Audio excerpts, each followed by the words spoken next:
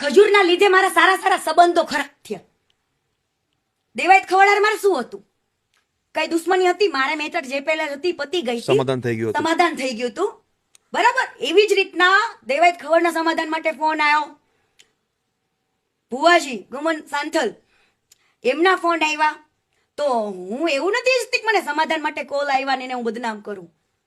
ભાઈ તો બિચારા સારી વાત લઈને આવ્યા, એક મેટર કોઈ મામલાને ઠારવા માટેની વાત લઈને આવ્યા. અને અત્યાર સુધીમાં મારી ગમે એટલી મેટરો થઈ હોય ને તો એવું નથી કે મેં કોઈનું માન ન રાખ્યું હોય. કદાચ કોઈ એવા વ્યક્તિના મોઢા જોઈને મેં જતું કર્યું હોય, ભૂલી ના હોય. કોઈ પણ મેટર કીર્તિ પટેલ જતી કરે, ભૂલી ના હોય. ની મોઢું કોનું જોઈ કે જેને હું રિસ્પેક્ટ કરતી હોય, જેને હું દિલથી માનતી હોય, એવો ચહેરો આવ્યો હોય ને એમ કીધું હોય કીર્તિ જતું કરતે ને, જવા દે ને. એવા માન સન્માન વાળા જે આપણા સંબંધો જે બનાવ્યા હોય ને એના થકી મેં જતું કર્યું હોય.